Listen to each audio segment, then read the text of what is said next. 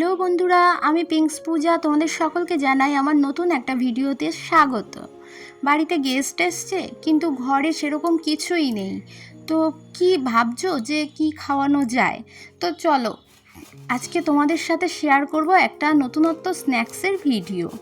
ঘরে যদি সেরকম কিছু না থাকে আর যদি শুধুমাত্র সোয়াবিন থাকে, তার জন্য তুমি সোয়াবিনটাকে সেদ্ধ করে আর কাঁচা আলুকে ভালো করে পেস্ট করে নিয়ে এবার সেই সেদ্ধ করা সোয়াবিনটাকেও পেস্ট করে নিতে হবে। আর তার মধ্যে পেঁয়াজ কুচি, রসুন কুচি আর কাঁচা লঙ্কা কুচি দিয়ে, আর তার সাথে নিয়ে নেবে, যদি চালের গুঁড়োও না থাকে, সেদ্ধ চাল গুঁড়ো করে।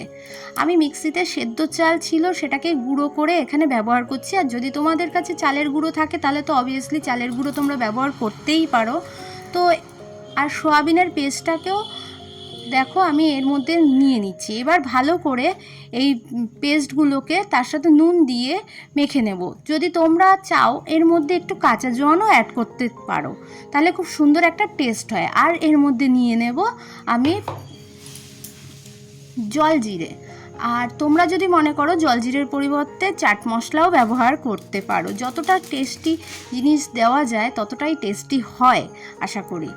তো এবার ভালো করে আমি এগুলোকে শুকনো শুকনো করে মেখে নিচ্ছি।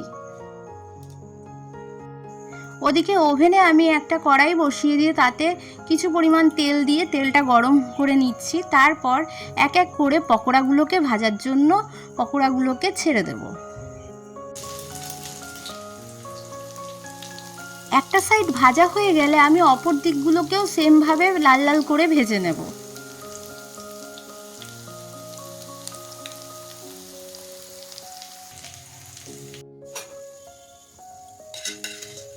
ব্যাস হয়ে গেল আমার স্পাইসি স্পাইসি সোয়াবিনের পকোড়া। দেখো, দেখেই মনে হচ্ছে কতটা ক্রাঞ্চি হয়েছে পকোড়াগুলোকে।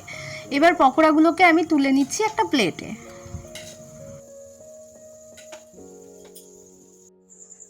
তারপর একটু শসা কুচি আর পকোড়াগুলো, যারা সস খাও তারা সসের সাথে সার্ভ করতেই পারো। আমি সস খাই না বলে ব্যবহার করিনি। ওকে বন্ধুরা, কেমন লাগলো আজকের ভিডিও অবশ্যই জানাবে। আবার দেখা হবে পরবর্তী একটা ভিডিওতে। আজকের জন্য টাটা।